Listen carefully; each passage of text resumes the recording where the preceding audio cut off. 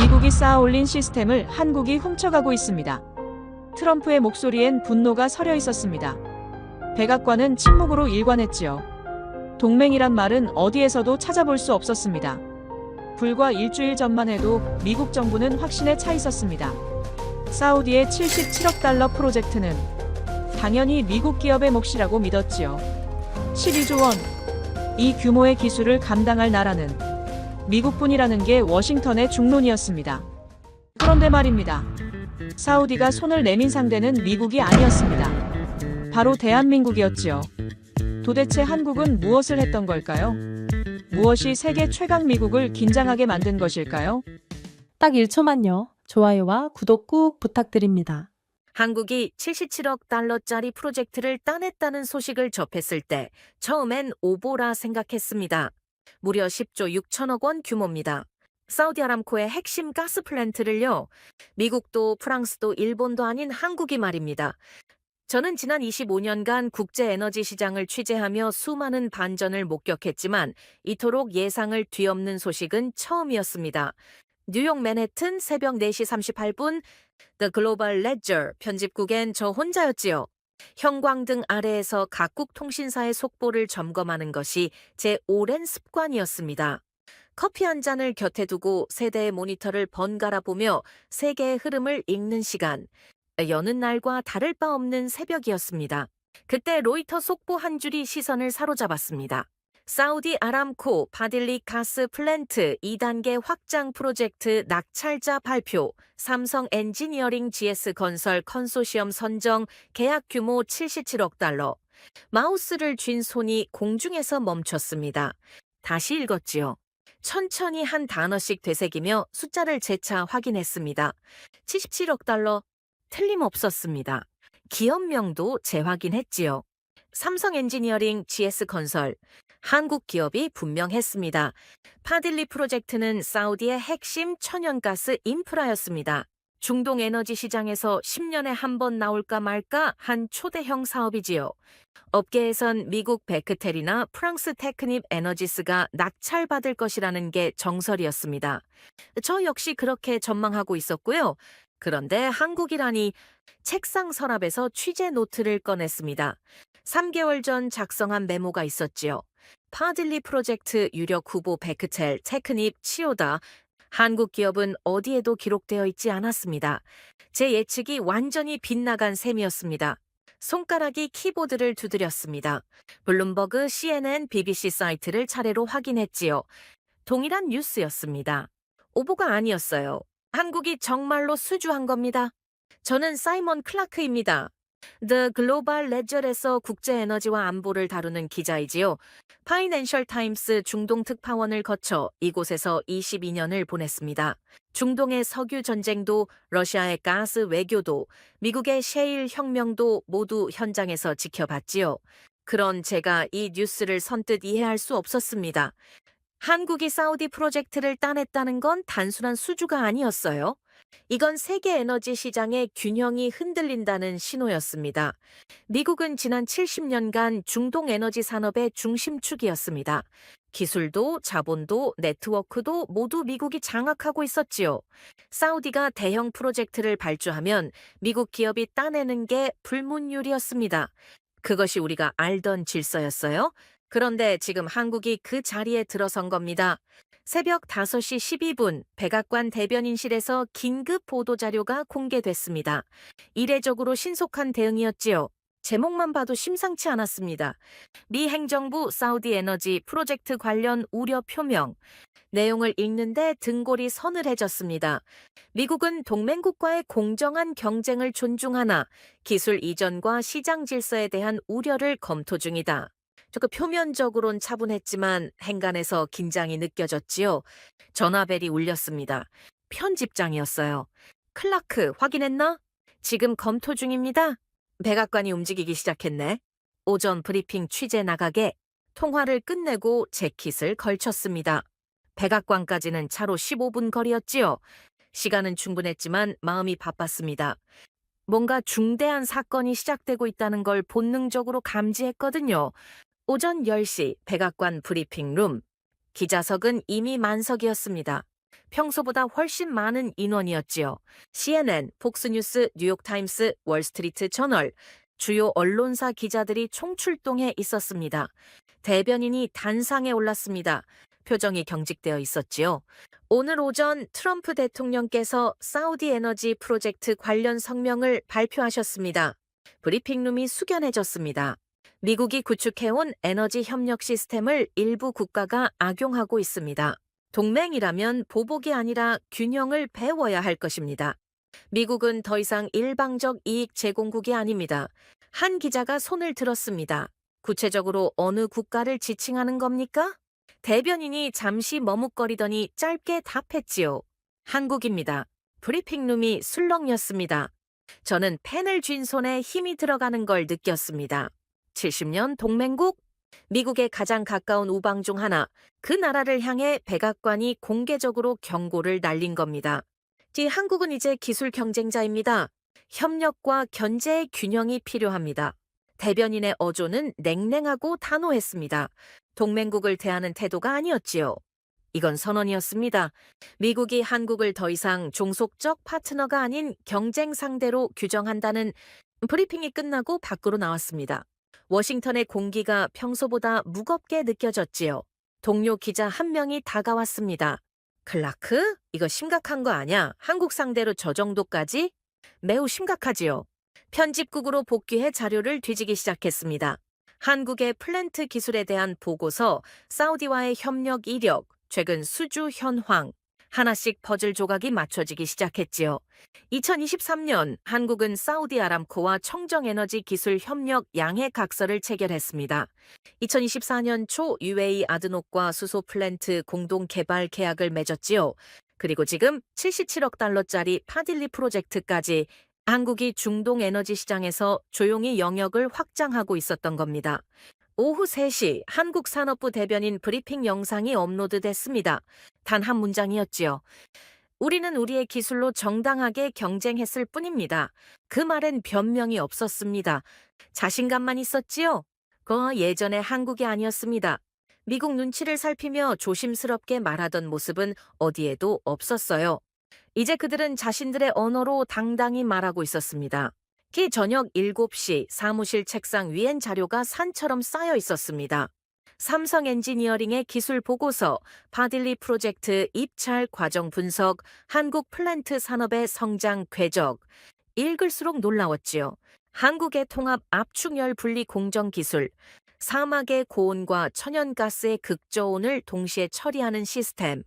이건 미국도 완벽하게 구현하지 못한 기술이었습니다. 그런데 한국이 해냈어요. 모니터를 응시하며 중얼거렸습니다.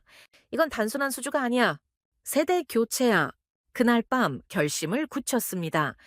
이건 워싱턴 책상에 앉아서 쓸 기사가 아니었어요. 직접 봐야 했습니다. 현장에 가야 했지요. 항공권 예약 사이트를 열었습니다. 목적지를 입력했어요. 리야드, 사우디의 수도, 파딜리 프로젝트 현장이 있는 곳, 한국이 어떻게 미국을 제치고 이 전쟁에서 승리했는지 그 진실을 직접 확인하러 갈 작정입니다. 출발일은 내일 새벽, 짐을 쌀 시간도 넉넉지 않았지만 개의치 않았습니다. 25년 기자 생활 중 가장 중요한 취재가 될 거라는 확신이 들었거든요. 창밖으로 워싱턴의 야경이 펼쳐졌습니다. 백악관의 불빛이 유난히 환했지요. 저 안에서 지금 어떤 회의가 벌어지고 있을까요? 한국을 어떻게 대응할지 논의하고 있겠지요. 하지만 저는 알고 있었습니다. 이미 늦었다는 걸. 한국은 더 이상 미국의 뒤를 따라가는 나라가 아니었어요. 이제 그들이 앞서 나아가고 있었습니다. 노트북을 닫으며 마지막으로 메모를 남겼습니다. 그날 새벽 기사 한 줄이 세계 에너지 지도를 바꿨다. 진실을 찾으러 사막으로 향했습니다. 리야드행 항공권을 예약하고 1시간쯤 흘렀을 때였습니다. 노트북 화면에 백악관 긴급 브리핑 알림이 떴어요. 밤 11시. 심상치 않은 시간이었지요. 브리핑룸 생중계 화면을 켰습니다. 국가안보보좌관이 단상에 섰더군요. 표정이 예사롭지 않았습니다. 기자석의 분위기도 평소와 달랐지요. 뭔가 중대한 발표가 나올 거라는 걸 모두가 감지하고 있었습니다. 사우디의 파딜리 프로젝트 수주는 미국의 에너지 안보 체계에 심대한 영향을 미칠 것입니다. 침착하되 단호한 목소리였습니다. 그리고 잠시 뒤 트럼프 대통령이 직접 마이크 앞에 섰지요. 화면 속 대통령의 얼굴엔 여유가 없었습니다. 평소의 느긋한 모습은 온데간데 없었어요. 미국은 동맹을 존중합니다. 하지만 더 이상 일방적인 이익 제공국이 아닙니다. 한국은 자국의 이익을 위해 미국 기술을 악용했습니다. 순간 브리핑룸이 술렁였습니다. 악용이라는 표현, 동맹국을 향해 쓰기엔 지나치게 강한 단어였지요. 저는 깊이 숨을 들이마셨습니다. 정치적 수사가 아니었어요. 저 말 속엔 진짜 감정이 담겨 있었습니다. 분노보다 더 깊은 것? 두려움이었지요. 미국이 한국을 두려워하고 있었습니다. 70년 동맹의 후배 국가를 기술 종속국이라 여겼던 나라를 이제 위협으로 느끼고 있었던 겁니다. 모니터에서 눈을 뗄 수가 없었습니다. 계속 지켜봤지요. CNN과 폭스뉴스가 동시다발로 속보를 쏟아냈습니다. 트럼프 한국 겨냥 강경 발언, 미중 무역전쟁 이후 최대 외교 긴장. 새벽 2시 잠이 오지 않았습니다. 침대에 누워 천장을 올려다보며 생각했지요. 내일 아침이면 백악관이 구체적인 조치를 발표할 겁니다. 그게 무엇이든 한국엔 타격이 될 거예요. 예상은 들어맞았습니다. 다음 날 오전 10시 백악관은 연달아 성명을 쏟아냈습니다. 상무부, 국무부, 국방부가 일제히 움직였지요. 이건 단순한 경고가 아니었어요. 전방위 압박이었습니다. 첫 번째 조치, 한국산 반도체 및 핵심 부품에 대한 관세 100% 인상 예고. 사실상 수출을 차단하겠다는 통보였습니다. 두 번째, 한국, 미국 내 투자금 3,500억 달러 현금 선납 요구, 터무니없는 억지 투자 요구였지요. 세 번째, 한국 비자 수수료 100배 인상, 한국 기업인들에게 직격탄이 가는 조치였습니다. 네 번째, 한국산 액화 천연가스 기자재 수입 일시 중단 검토, 에너지 산업 전반을 겨냥한 칼날이었어요. 편집국 동료들이 웅성대기 시작했습니다. 이건 너무 과한 거 아니야? 동맹국한테 이렇게까지 하는 건 처음 보는데 저 역시 당황스러웠습니다. 22년 넘게 외교 분야를 취재했지만 이런 광경은 본 적이 없었거든요. 미국이 우방국을 상대로 이토록 공격적으로 나온 경우는 거의 전무했습니다. 오후 1시 편집장이 저를 호출했습니다. 클라크, 한국 관련 기사 어떻게 쓸 계획인가? 취재 진행 중입니다. 내일 리야드로 출발해서 현장을 직접 확인하고 올 예정입니다. 편집장의 표정이 굳었습니다. 현장? 그럴 필요 있나? 여기서도 충분히 쓸 수 있잖아. 아닙니다. 이건 책상에서 쓸 기사가 아닙니다. 클라크, 우리 입장을 생각해보게. 한국은 일시적 이슈야. 미국 중심으로 써야 해. 저는 고개를 저었습니다. 죄송하지만 동의할 수 없습니다. 이건 이슈가 아니라 변곡점입니다. 편집장은 한숨을 내쉬었지만 더는 제지하지 않았습니다. 저 역시 물러서지 않았고요. 사무실로 돌아와 자료를 더 수집하기 시작했습니다. 미국 정부의 내부 문서, 에너지 업계 분석 보고서, 한국의 기술 협력 현황, 퍼즐 조각들이 서서히 모이기 시작했지요. 그리고 하나를 발견했습니다. 에너지정보청 내부 보고서였어요. 제목이 시선을 사로잡았습니다. 한국의 중동 플랜트 시장 진출이 미국 에너지 패권에 미치는 영향 분석 보고서를 열었습니다. 첫 페이지부터 충격적이었지요. 한국이 사우디의 핵심 에너지 파트너로 자리 잡을 경우 미국의 중동 에너지 영향력은 10년 내 급격히 약화될 것으로 예상됨. 이는 단순한 시장 점유율 문제가 아닌 전략적 동맹 구조의 재편을 의미함. 손이 떨렸습니다. 이건 단순한 분석 보고서가 아니었어요. 위기 진단서였습니다. 미국 정부가 한국을 진짜 위협으로 인식하고 있다는 증거였지요. 다음 페이지로 넘겼습니다. 데이터가 나왔어요. 한국 플랜트 기업의 납기 준수율 99%, 프로젝트 지연율 0.2%, 모듈화 시공 효율 미국 대비 1.3배. 숫자만 봐도 압도적이었습니다. 그리고 더 놀라운 내용이 있었어요. 한국은 이미 미국과 여러 분야에서 기술 협력 양해 각서를 체결한 상태였습니다. 2025년 원전 기술 수출 협력, 2023년 청정에너지 기술 협력 지미 사건. 한때 기술 종속국이라 불렸던 나라가 이제 미국의 대등한 파트너로 기록되고 있었던 겁니다. 의자의 등을 기댔습니다. 혼란스러웠지요. 한국은 미국의 적이 아니었습니다. 오히려 협력국이었어요. 그런데 왜 백악관은 이토록 강경하게 나오는 걸까요? 답은 명확했습니다. 협력이 위협으로 변모한 겁니다. 한국이 더 이상 미국 뒤에 숨지 않고 독자적으로 행동하기 시작했으니까요. 저녁 6시 추가 자료를 확보했습니다. 워싱턴의 한 에너지 컨설턴트와 통화했지요. 클라크, 솔직히 말하겠네.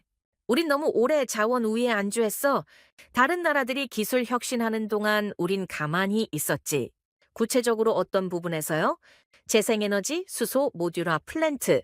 전부 한국이 선두를 달립니다. 우린 아직도 전통 방식을 고수하고 있고요.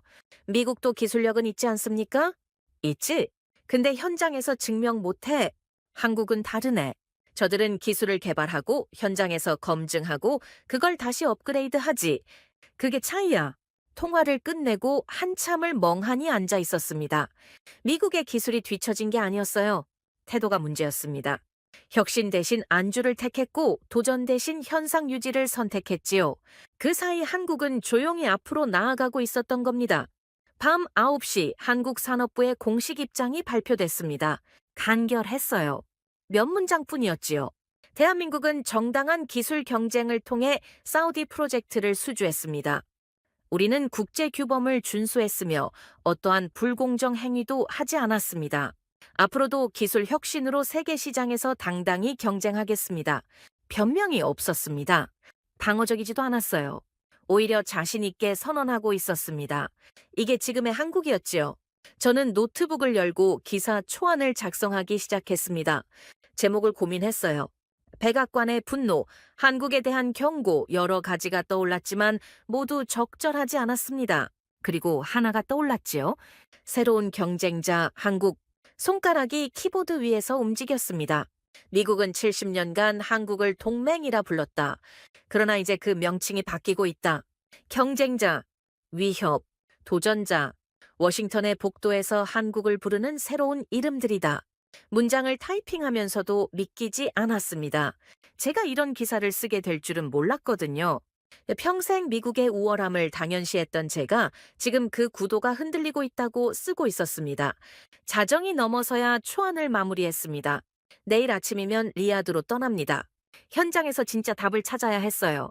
창밖을 바라보니 백악관 쪽 불빛이 여전히 환했습니다. 저 안에서 지금도 회의가 이어지고 있겠지요. 한국을 어떻게 막을지, 어떻게 견제할지. 하지만 저는 알고 있었습니다. 이미 늦었다는 걸.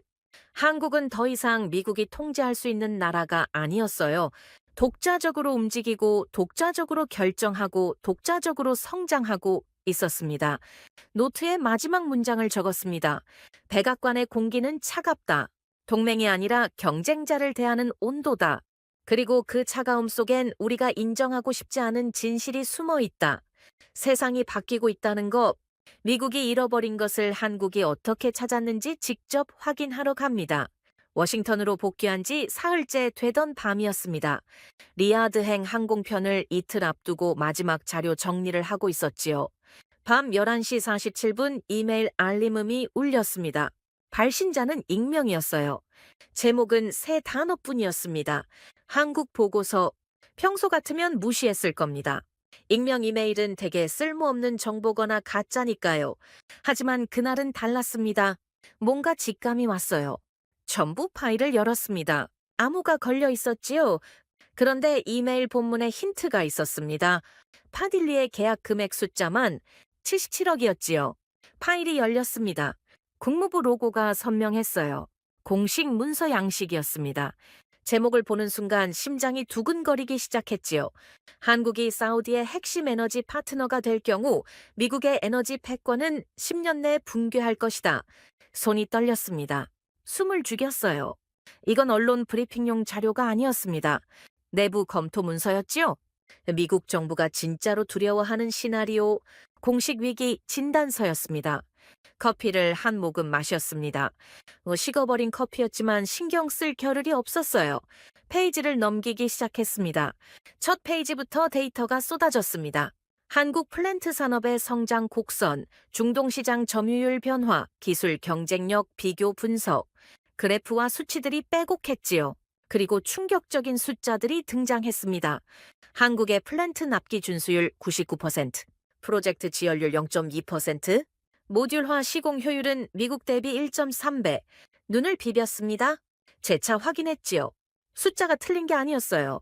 한국이 모든 지표에서 미국을 앞서고 있었습니다. 의자에 깊숙이 몸을 맡겼습니다. 혼란스러웠어요. 한국은 제가 알던 나라가 아니었습니다.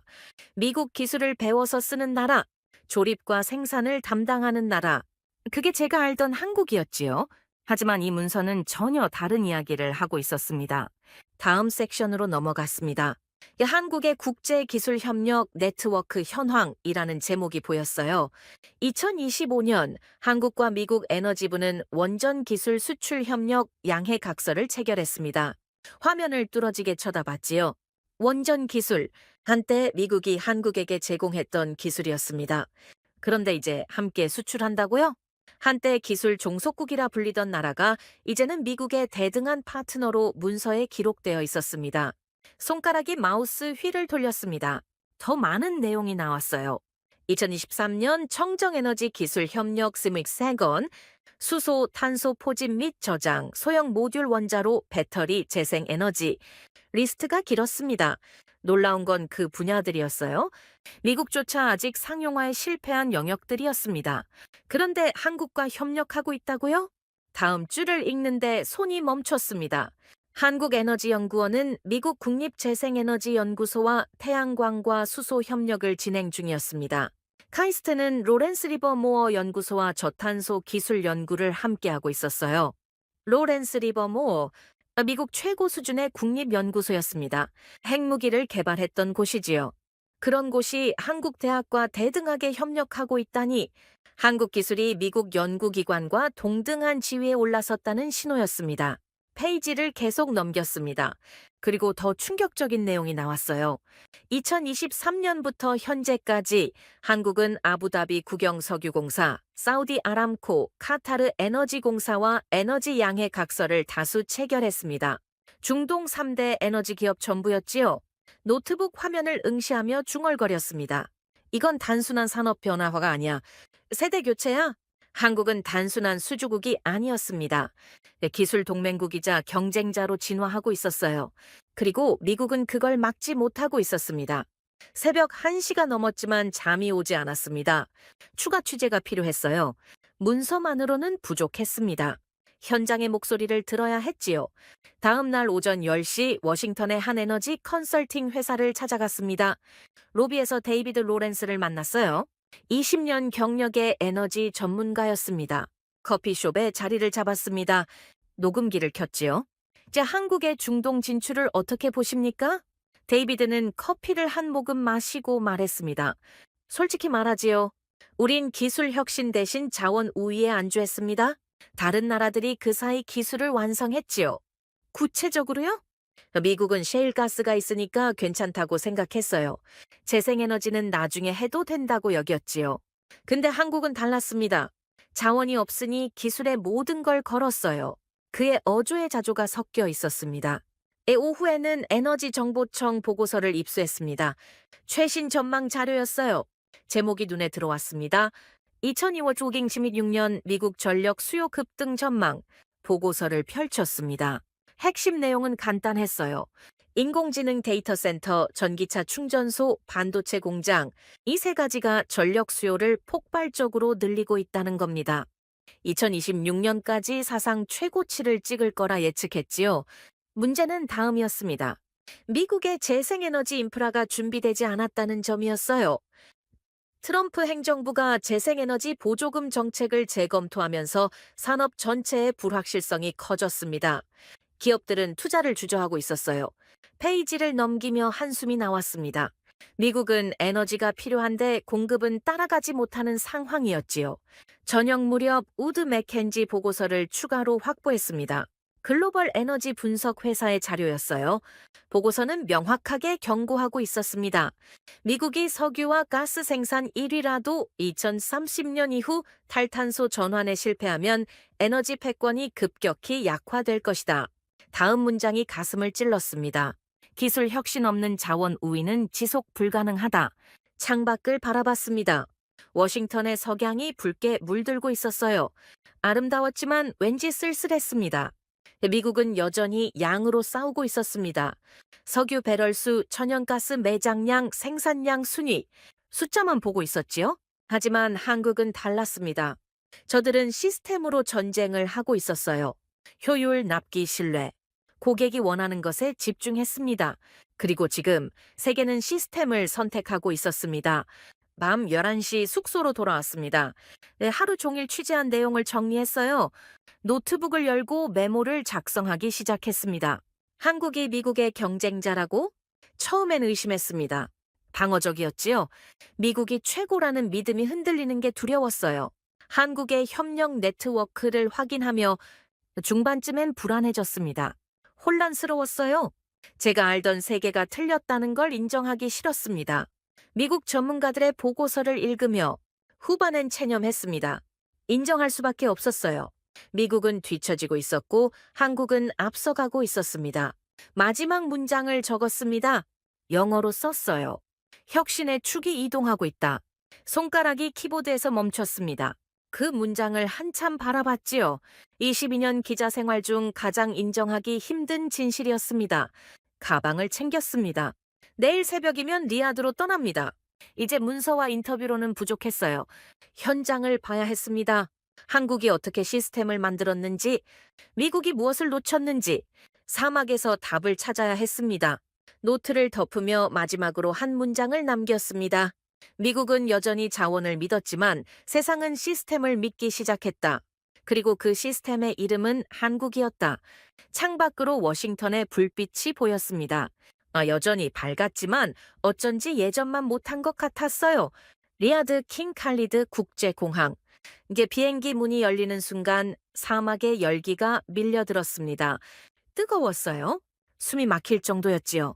오후 2시 기온은 42도를 넘고 있었습니다. 택시를 타고 시내로 향했어요. 창밖으로 끝없이 펼쳐진 모래와 현대식 빌딩들이 보였습니다. 사막 위에 세워진 도시. 그 자체가 인간의 야망을 드러내는 것 같았지요.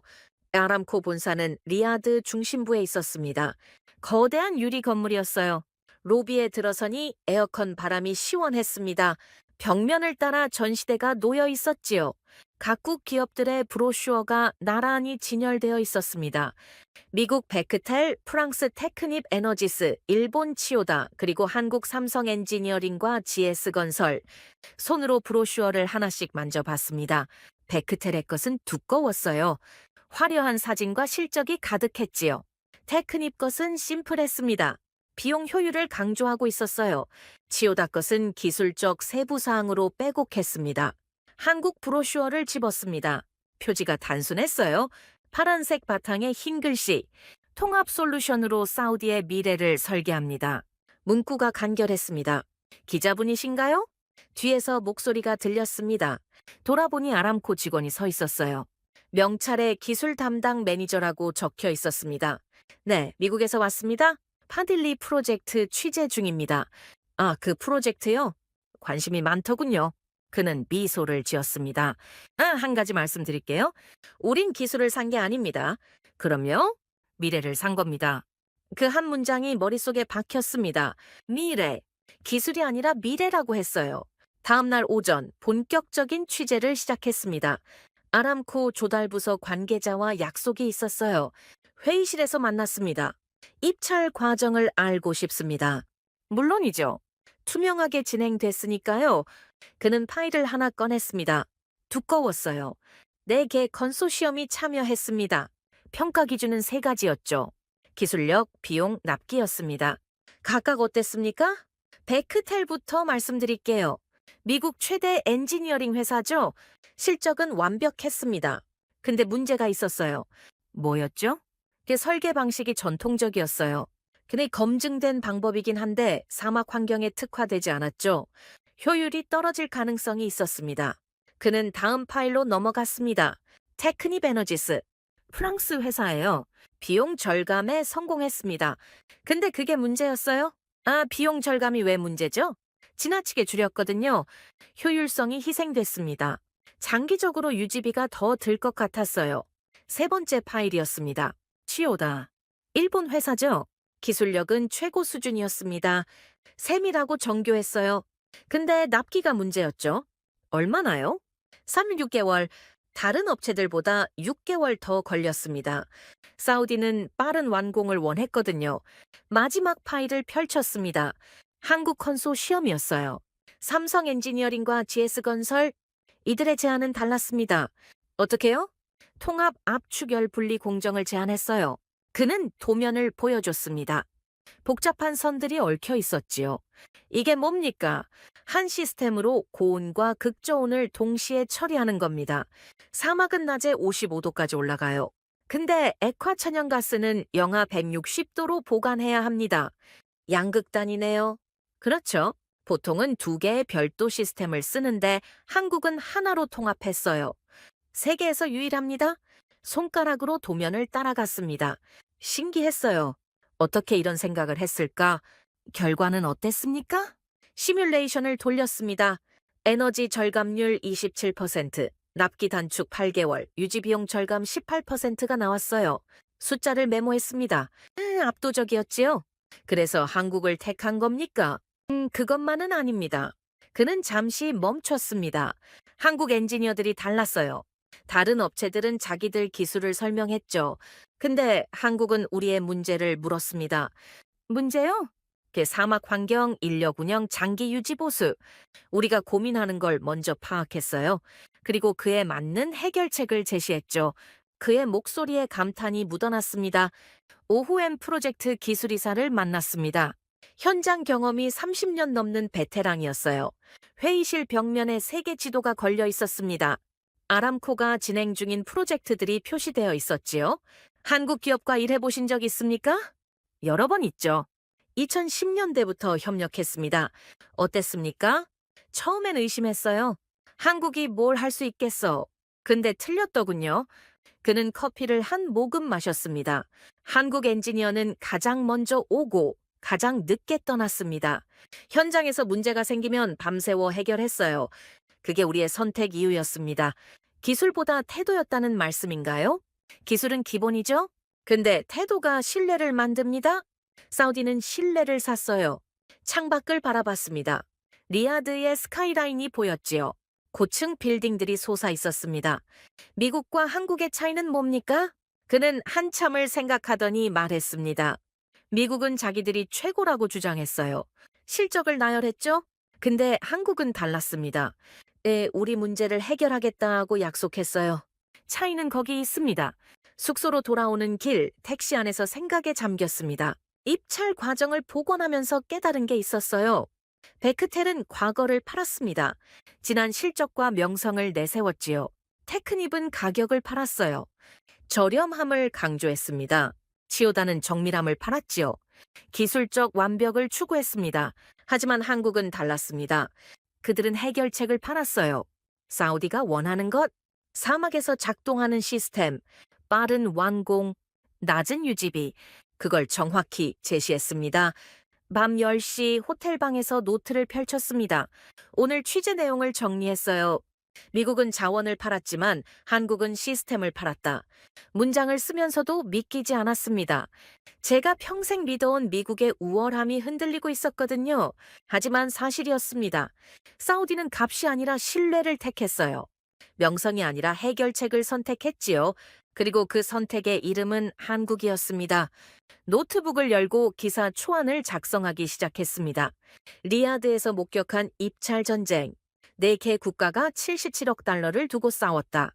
미국은 과거를, 프랑스는 가격을, 일본은 정밀함을 제시했다. 한국은 미래를 제안했다. 그리고 사우디는 미래를 선택했다. 키보드를 두드리는 손이 멈추지 않았습니다. 22년 기자 생활 중 가장 솔직한 기사를 쓰고 있었어요. 창밖으로 리야드의 야경이 보였습니다. 사막 한가운데 세워진 도시. 불가능을 가능으로 만든 곳이었지요. 그리고 지금 한국이 그 불가능을 다시 쓰고 있었습니다. 내일은 파딜리 현장으로 갑니다. 입찰 서류와 인터뷰로는 부족했어요. 직접 봐야 했습니다. 한국이 만든 시스템이 실제로 어떻게 작동하는지 리야드 북쪽으로 1시간을 달렸습니다. 도시의 빌딩들이 사라지고 사막이 펼쳐지기 시작했어요. 끝없는 모래 언덕, 뜨거운 공기, 아지랑이. 이곳에서 천연가스 플랜트가 돌아간다는 게 믿기지 않았습니다. 오전 9시 바딜리 가스 플랜트 확장 현장 입구에 도착했습니다. 거대한 철문이 열렸어요. 네, 경비원이 제 취재증을 확인하고 고개를 끄덕였지요. 안으로 들어서는 순간 눈이 휘둥그레졌습니다. 사막 한가운데 거대한 구조물들이 솟아 있었어요. 은색 파이프들이 그물처럼 얽혀 있었고 압축기와 저장 탱크들이 질서정연하게 배치되어 있었습니다. 놀라운 건 현장의 분위기였어요. 흰 안전모를 쓴 사람들이 분주하게 움직였는데 소리를 지르거나 허둥대는 모습이 없었습니다. 조용하고 침착했지요. 한국 삼성 엔지니어링 현장 본부 건물로 향했습니다.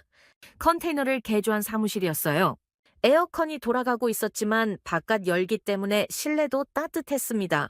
김도현 소장이 문을 열고 나왔습니다. 40대 중반쯤 보이는 남자였어요. 안경을 쓰고 있었고 작업복 차림이었습니다. 미국에서 오셨다고요? 네, 취재 허락해 주셔서 감사합니다. 괜찮습니다. 우린 숨길 게 없으니까요. 그는 미소를 지었습니다. 자신감이 묻어났지요. 현장으로 나왔습니다. 사막의 열기가 다시 밀려들었어요. 햇빛이 강렬했습니다. 선글라스를 썼지만 눈이 부셨지요. 저게 메인 시스템입니다. 김 소장이 손가락으로 가리켰습니다. 10층 건물 높이만 한 구조물이 보였어요. 거대한 원통형 압축기와 열교환기가 연결되어 있었습니다. 듀얼 플로우 통합 제어 시스템이라고 합니다. 고온과 극저온을 동시에 처리하죠. 어떻게 가능합니까? 사막은 낮에 55도까지 올라갑니다. 근데 액화천연가스는 영하 160도로 보관해야 해요. 온도 차이가 215도죠. 그 숫자를 들으니 실감이 났습니다. 자, 보통은 2개 시스템을 따로 운영합니다. 근데 우리는 통합했어요. 하나의 제어 시스템으로 양쪽을 동시에 관리하는 겁니다. 위험하지 않습니까? 그래서 설계가 중요하죠. 3년 동안 준비했습니다. 걸으면서 시설을 둘러봤습니다. 파이프마다 센서가 붙어 있었어요. 온도, 압력, 유량을 실시간으로 측정하는 장치들이었습니다. 제어실로 들어갔습니다. 시원했어요. 벽면 가득 모니터가 걸려 있었습니다. 각 화면마다 다른 데이터가 흘러갔지요. 숫자와 그래프, 경보 등 한국 엔지니어 3명이 모니터를 주시하고 있었습니다. 그 키보드를 두드리고 무정의로 대화하고 노트에 뭔가 적었어요. 모든 동작이 정확했습니다. 지금 시운전 중입니다. 오늘이 72시간 연속 가동 테스트 마지막 날이에요. 문제 없습니까? 지금까진 순조롭습니다. 김 소장이 모니터 하나를 가리켰습니다. 저게 압축기 온도예요? 실시간으로 조절되고 있죠. 인공지능이 날씨 데이터를 받아서 자동으로 제어합니다. 화면 속 그래프가 부드럽게 움직였습니다. 파란 선과 빨간 선이 교차하지 않도록 유지되고 있었어요. 갑자기 경보음이 울렸습니다. 비비비비비. 제어실 분위기가 바뀌었습니다. 엔지니어들이 자리에서 일어났어요. 모니터에 빨간불이 켜졌습니다. 구역 3 압력 이상. 밸브 응답 지연.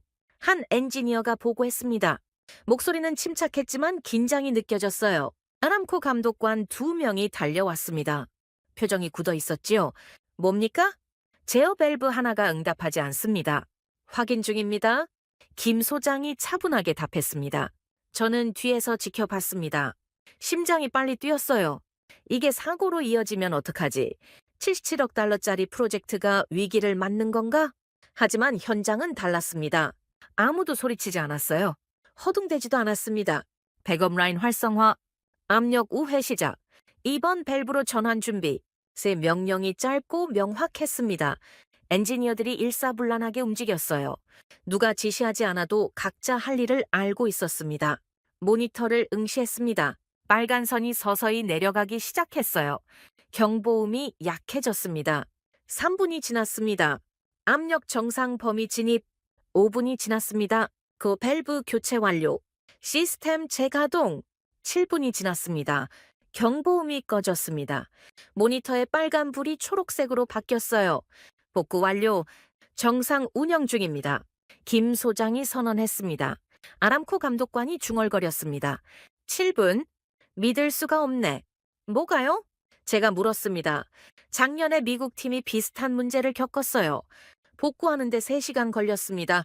이 사업배 차이였습니다. 7분 대 3시간 제어실을 나왔습니다. 다리에 힘이 풀렸어요. 벤치에 앉아 숨을 돌렸습니다. 방금 뭘 본 걸까?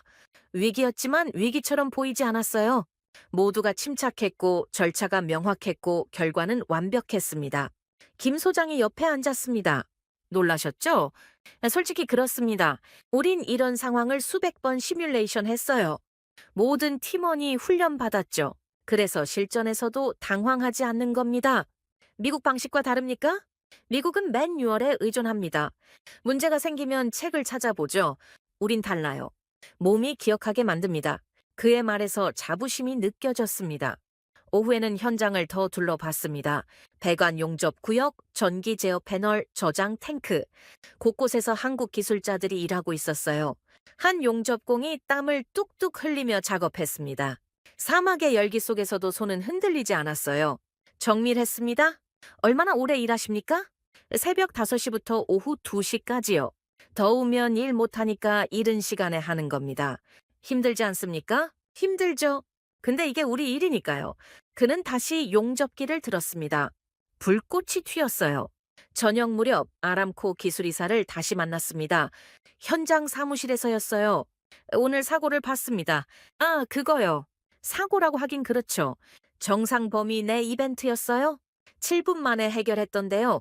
놀랍죠? 한국팀은 항상 그래요. 그는 커피를 권했습니다. 마셨어요. 뜨거웠지만 정신이 들었습니다. 한국은 효율보다 신뢰를 설계했어요. 무슨 뜻입니까? 다른 나라들은 시스템을 효율적으로 만들려고 해요. 근데 한국은 신뢰할 수 있게 만들죠. 문제가 생겨도 빨리 고칠 수 있게 설계하는 겁니다. 그의 말이 가슴에 와닿았습니다. 기술의 진짜 가치는 고장 안 나는 게 아니에요. 고장 나도 빨리 복구하는 거죠. 한국이 그걸 증명했습니다. 숙소로 돌아오는 차 안에서 창밖을 바라봤습니다. 사막의 석양이 붉게 물들고 있었어요. 아름다웠습니다. 오늘 하루가 믿기지 않았어요. 취재하러 왔지만 압도당했습니다. 검증하러 왔지만 감탄했지요. 한국팀의 언어는 영어가 아니었습니다. 정확성이었어요. 그들의 무기는 기술이 아니었습니다. 태도였지요.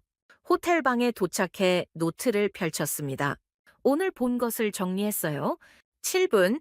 그건 단순한 수치가 아니다. 신뢰의 속도다. 사막의 열기보다 뜨거운 건 그들의 집중력이었다. 기술엔 국적이 없지만 태도엔 국적이 있다. 펜을 놓고 천장을 바라봤습니다. 한참을 생각했어요? 저는 그들을 취재하러 왔습니다. 객관적으로 평가하려 했지요. 하지만 지금은 달라졌어요. 존경하고 있었습니다. 파딜리 현장에서의 셋째 날 아침이었습니다. 어제 목격한 7분의 복구 과정이 여전히 머릿속에 맴돌았어요. 하지만 오늘은 분위기가 달랐습니다. 새벽 5시 호텔 로비에서 김 소장의 전화를 받았습니다. 클라크 기자님, 급한 상황입니다. 현장으로 바로 와주시겠습니까? 무슨 일입니까? 전화로는 설명이 길어요. 직접 보시는 게 나을 것 같습니다. 목소리가 평소와 달랐습니다. 무거웠어요. 현장에 도착하니 분위기가 심상치 않았습니다. 한국 본사 직원들이 급히 도착한 듯 가방을 들고 있었고 컨테이너 사무실 불빛이 환하게 켜져 있었어요. 김 소장이 저를 회의실로 안내했습니다. 노트북 화면에 뉴스 기사가 띄워져 있었지요. 어젯밤 워싱턴에서 발표됐습니다. 화면을 봤습니다. 미국 상무부 공식 성명이었어요. 한국 플랜트 기업이 사용하는 미국산 산업 제어 부품은 이중용도 수출 승인 대상으로 분류한다. 손이 차갑게 식었습니다. 이중용도? 군사 전용 가능성이 있다는 뜻이었지요. 사실상 수출을 막겠다는 선언이었습니다. 어떤 부품입니까? 핵심 밸브 모듈과 제어 칩이요. 지금 본사에서 출발하던 컨테이너 22개가 통관 보류 상태입니다. 스미실게요? 네. 리야드 항만에 도착했는데 미국 해운사와 보험사가 리스크 검토를 이유로 서류 승인을 거부했어요. 의자에 주저앉았습니다. 이건 단순한 제재가 아니었어요. 프로젝트 전체를 멈추려는 칼날이었습니다. 공사는 어떻게 됩니까? 지금 당장은 비축 부품으로 버티고 있어요. 근데 일주일 안에 저 컨테이너가 안 오면 현장이 멈춥니다. 오전 9시 아람코 측 관계자들이 긴급 회의를 소집했습니다. 회의실에 긴장이 팽배했어요. 아람코 프로젝트 총괄이 먼저 입을 열었습니다. 상황을 알고 계시죠? 네, 파악했습니다. 김 소장이 답했습니다. 이건 우리 책임이 아닙니다. 정치적 문제예요. 아람코 감독관이 냉소적으로 말했습니다.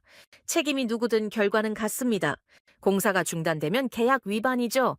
공기가 얼어붙었습니다. 계약 위반, 그 말은 위약금과 프로젝트 취소를 의미했어요. 김 소장이 침착하게 말했습니다. 48시간 주십시오. 해결책을 찾겠습니다. 48시간으로 뭘 하시겠습니까? 워싱턴이 마음을 바꿀 것 같습니까? 워싱턴을 설득하지 않을 겁니다. 그럼요? 기술로 뚫겠습니다. 회의실이 조용해졌습니다. 모두가 그를 쳐다봤어요. 오후 2시 임시 전략회의가 열렸습니다.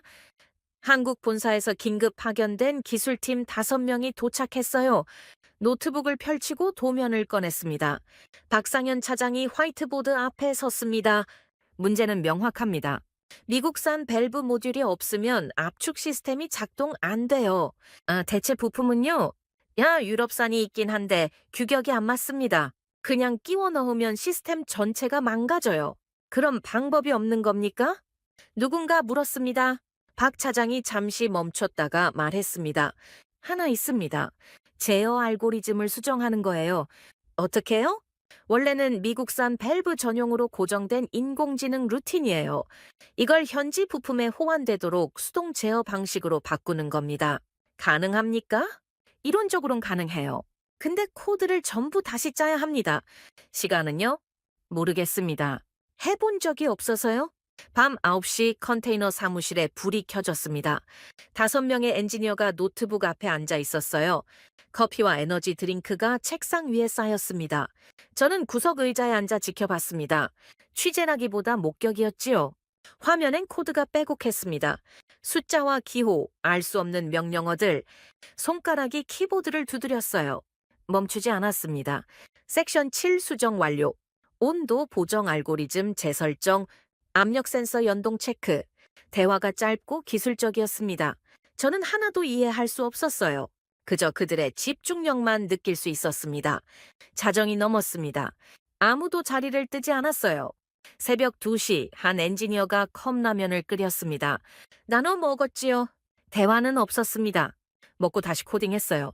새벽 4시 박 차장이 고개를 들었습니다. 1차 테스트 준비됐어요. 모두가 자리에서 일어났습니다. 제어실로 향했지요. 모니터를 켰습니다. 시뮬레이션 프로그램이 실행됐어요. 화면 속에서 가상의 밸브가 움직였습니다. 압력 주입 시작. 그래프가 올라갔습니다. 파란 선이 상승했지요. 응답 정상. 온도 제어 확인. 유량 안정. 5분이 지났습니다. 그래프가 흔들렸어요. 빨간 경고가 떴습니다. 실패. 과부하 발생. 한숨 소리가 들렸습니다. 다시 합니다. 박 차장이 말했습니다. 목소리에 피로가 묻어났지만 포기는 없었어요. 새벽 6시 2차 테스트 실패. 오전 9시 3차 테스트 실패. 전고 4차 테스트 실패. 저는 숨이 막혔습니다. 이게 정말 가능한 일일까? 48시간이라는 시간이 너무 짧은 건 아닐까? 하지만 그들은 멈추지 않았습니다. 오후 3시 박 차장이 화이트보드에 뭔가를 그렸습니다. 문제를 찾았어요. 응답 속도를 조절하는 버퍼가 부족했어요. 수정 가능합니까? 해보겠습니다. 다시 코딩이 시작됐습니다. 1시간이 지났어요. 오후 4시 30분 5차 테스트 준비가 끝났습니다. 모니터 앞에 모두가 모였습니다. 숨을 죽였지요. 시작합니다. 그래프가 움직이기 시작했습니다. 파란 선, 빨간 선, 초록 선. 3개의 곡선이 화면을 가로질렀어요. 압력 정상, 온도 안정, 유량 제어 성공. 10분이 지났습니다. 경고등이 켜지지 않았어요. 20분이 지났습니다. 그래프가 부드럽게 흘렀습니다. 30분이 지났습니다. 안정화 확인. 시뮬레이션 성공입니다. 박 차장이 선언했습니다. 환호는 없었습니다. 대신 깊은 한숨과 안도의 미소만 있었지요. 다음 날 새벽 실제 현장 테스트가 진행됐습니다. 아람코 기술 감독관들이 지켜봤어요. 표정이 굳어 있었습니다. 대체 부품이 장착됐습니다. 새로운 알고리즘이 업로드됐어요. 가동 시작합니다. 버튼이 눌렸습니다. 압축기가 돌아가기 시작했습니다. 처음에 진동이 느껴졌어요. 모니터를 응시했습니다. 5분이 지났습니다. 안정상태 진입. 10분이 지났습니다. 모든 지표 정상. 15분이 지났습니다. 화면에 초록불이 들어왔습니다. 유량 안정. 시스템 정상 작동 중. 아람코 감독관이 중얼거렸습니다. 불가능한 일인데 저들이 48시간 만에 그는 말을 잇지 못했습니다. 저도 말을 할 수 없었습니다. 방금 뭘 본 건지 믿기지 않았거든요. 정치가 현장을 멈추게 했습니다. 하지만 기술이 다시 움직였어요. 그리고 그 기술의 이름은 한국이었습니다. 파딜리 현장 검증의 날이 밝았습니다. 한 달간의 시운전이 끝나고 오늘이 최종 평가일이었어요. 사우디 에너지부, 아람코 본사, 그리고 해외 언론단이 동시에 입장하는 날이었습니다. 새벽부터 현장은 분주했습니다. 한국팀이 마지막 점검을 하고 있었어요. 센서를 확인하고 배관을 닫고 제어실을 정돈했습니다. 모든 게 완벽해야 했지요. 오전 8시 검증단 버스가 도착했습니다. 사우디 에너지부 차관, 아람코 본사 기술이사, 그리고 국제기술평가단 모두 30명 정도였어요. 그리고 언론진도 왔습니다. CNN, BBC, 로이터, 블룸버그, 카메라와 노트북을 든 기자들이 내렸지요. 저도 그 무리에 섞여 있었습니다. 입구에서 아람코 측이 안전 브리핑을 했습니다. 오늘 검증은 3단계로 진행됩니다. 시스템 가동 테스트, 극한 조건 시뮬레이션, 최종 안정성 평가입니다. 사우디 기술이사가 덧붙였습니다. 오늘 결과에 따라 향후 10년간 사우디의 플랜트 발주 방향이 결정됩니다. 무게감이 느껴졌습니다. 이건 단순한 테스트가 아니었어요. 한국 기술에 대한 세계의 평가였습니다. 제어실로 이동했습니다. 벽면 가득 모니터가 걸려 있었고 중앙에 거대한 메인 스크린이 있었어요. 5개의 센서 데이터가 실시간으로 표시되고 있었습니다. 김 소장이 마이크를 잡았습니다. 지금부터 통합 제어 시스템 가동을 시작하겠습니다. 버튼을 눌렀습니다. 압축기가 돌아가기 시작했어요. 저음의 진동이 바닥에서 느껴졌습니다. 모니터 속 그래프들이 움직이기 시작했지요. 파란 선이 올라갔습니다. 온도 지표였어요. 빨간 선이 따라갔습니다. 압력 지표였지요. 초록 선이 안정적으로 유지됐습니다. 유량 지표였어요. 검증단이 숨을 죽이고 지켜봤습니다. 5분이 지났습니다. 모든 지표가 정상 범위 안에 있었어요.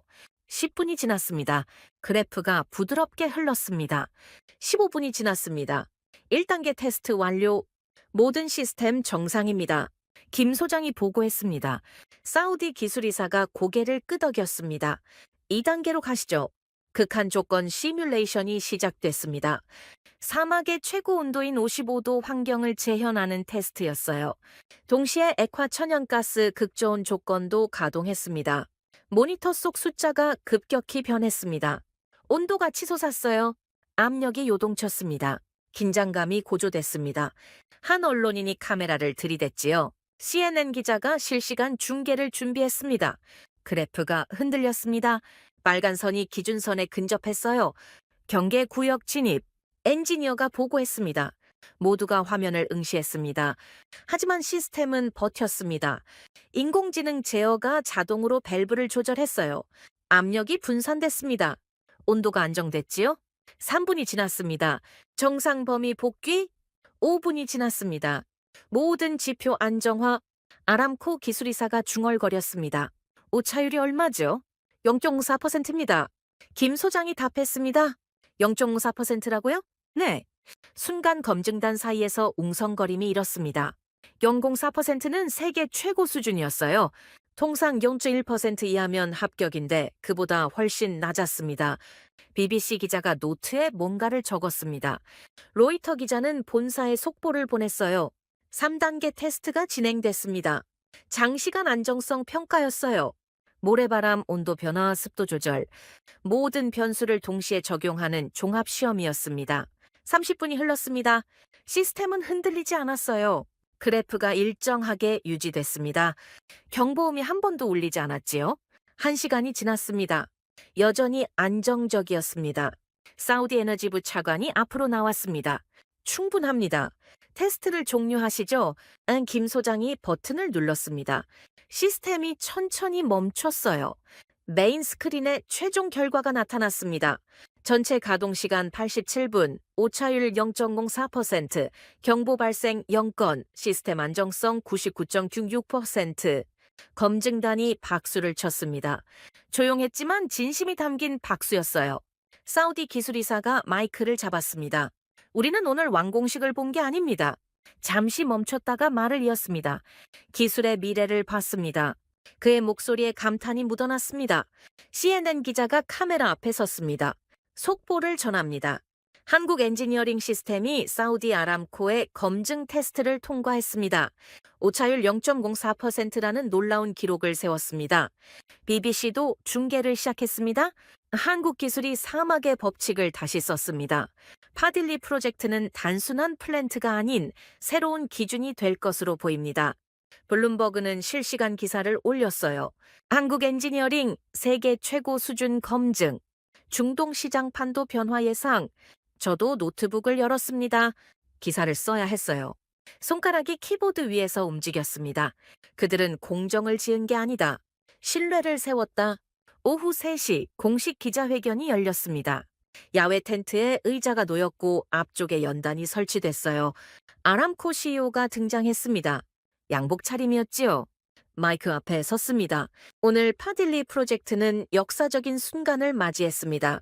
한국 컨소시엄이 세계 최고 수준의 시스템을 구현했습니다. 박수가 터졌습니다. 앞으로 아람코는 한국을 핵심 기술 파트너로 고려할 것입니다. 핵심 기술 파트너, 그 단어가 공기 중에 울렸어요. 질의응답 시간이었습니다. 손이 올라갔어요. 미국 기업과 비교하면 어떻습니까? CEO가 잠시 생각하더니 답했습니다. 비교 대상이 아닙니다. 한국은 새로운 범주를 만들었습니다. 다음 질문이 나왔습니다. 향후 프로젝트에도 한국과 협력합니까? 당연합니다. 신뢰는 한 번의 프로젝트로 끝나지 않습니다. 회견이 끝나고 현장을 빠져나왔습니다. 태극기가 사막바람에 펄럭이고 있었어요. 옆엔 사우디 국기가 나란히 걸려 있었습니다. 저는 그 깃발을 한참 바라봤습니다. 뭔가 뭉클했어요. 감정이 복잡했습니다. 22년 넘게 미국 기자로 살았습니다. 미국의 우월함을 당연하게 여겼지요. 하지만 지금은 달랐어요. 세상이 바뀌고 있었습니다. 그리고 그 변화의 중심에 한국이 있었어요. 저녁 무렵 숙소로 돌아와 노트를 펼쳤습니다. 오늘 하루를 정리했어요. 검증이 끝나는 순간 역사가 시작됐다.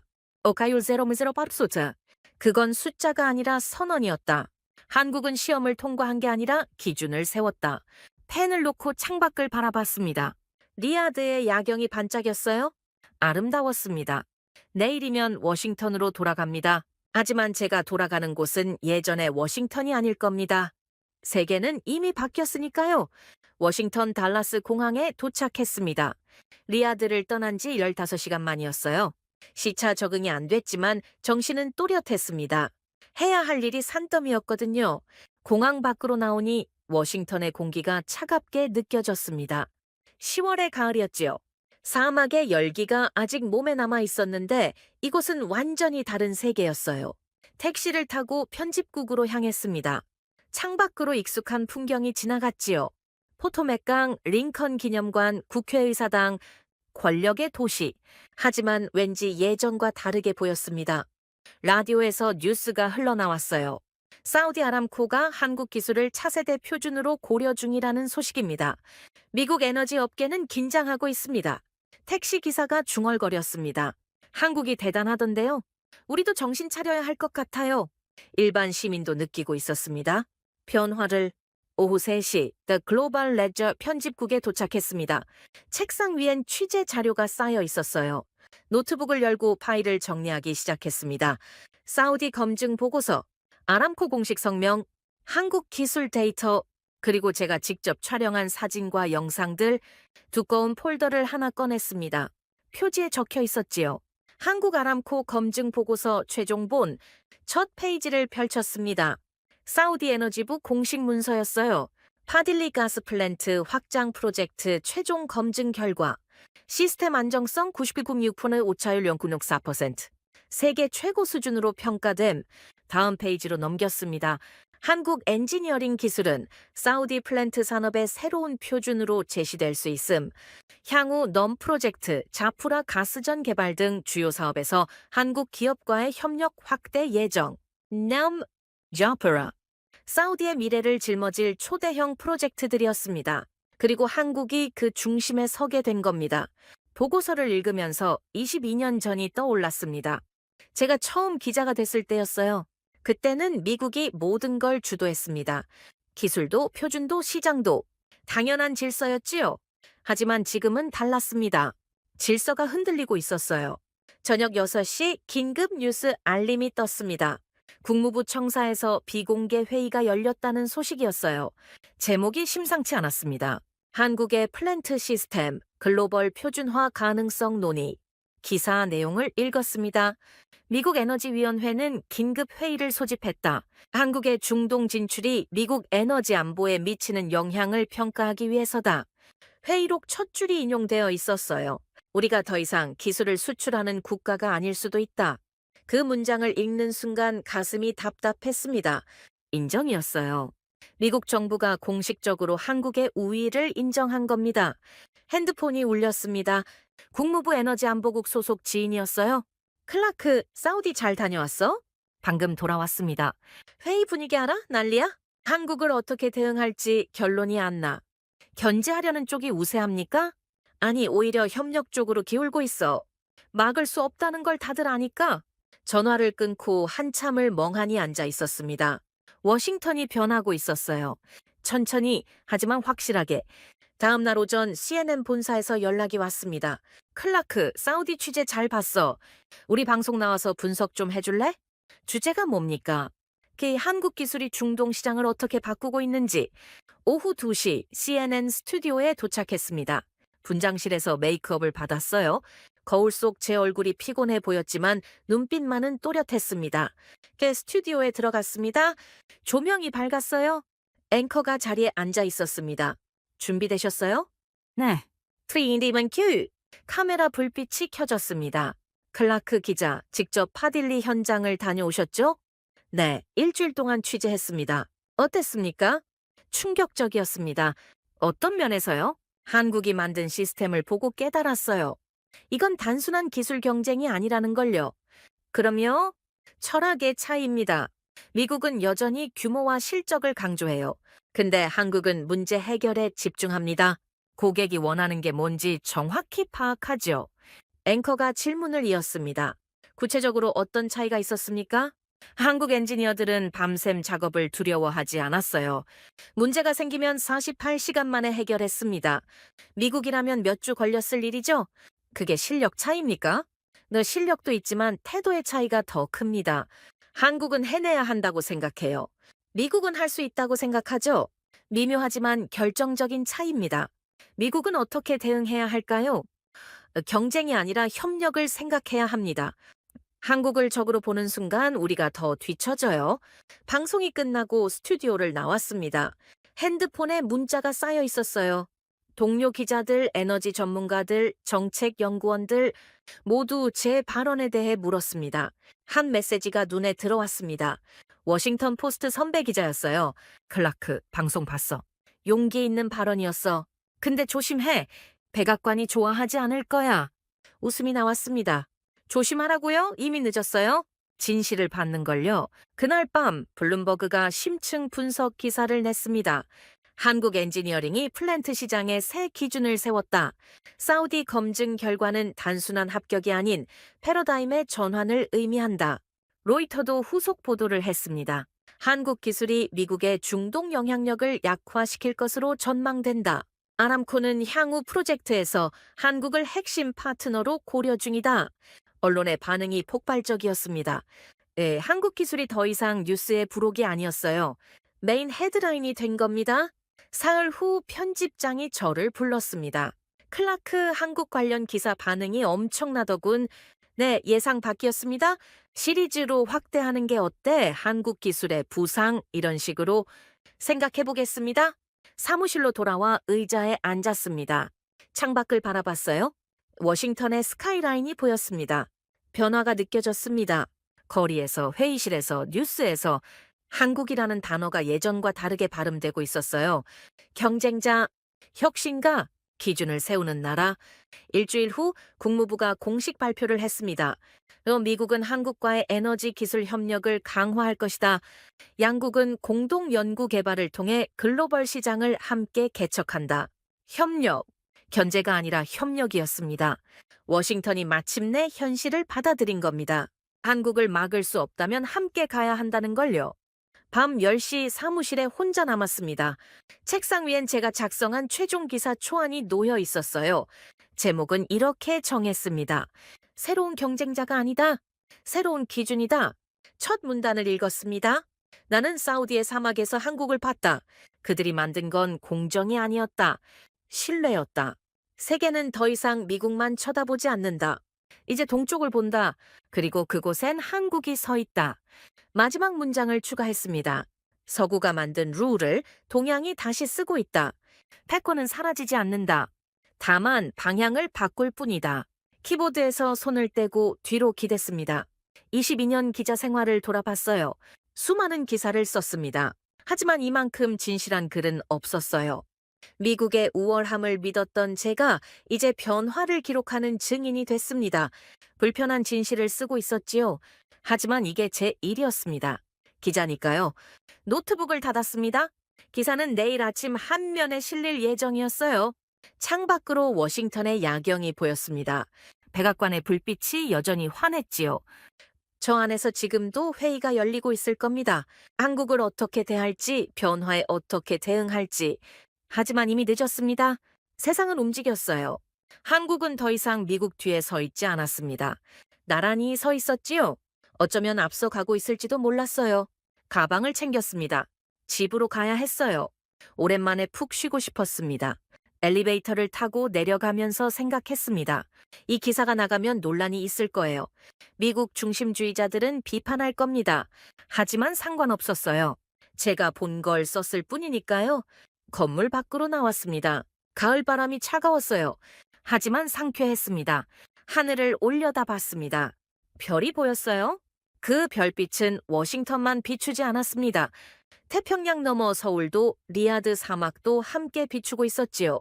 세상은 하나였습니다. 그리고 그 세상의 중심이 조용히 이동하고 있었어요. 동쪽으로 말입니다. 이 이야기는 한 영국 기자의 증언이었습니다. 그러나 진짜 주인공은 따로 있었지요. 대한민국 자원 하나 없는 땅에서 시작했습니다. 전쟁의 폐허 위에서 일어섰지요. 남의 기술을 배우고 밤을 새우고 실패를 두려워하지 않았습니다. 그리고 마침내 세계가 인정했습니다.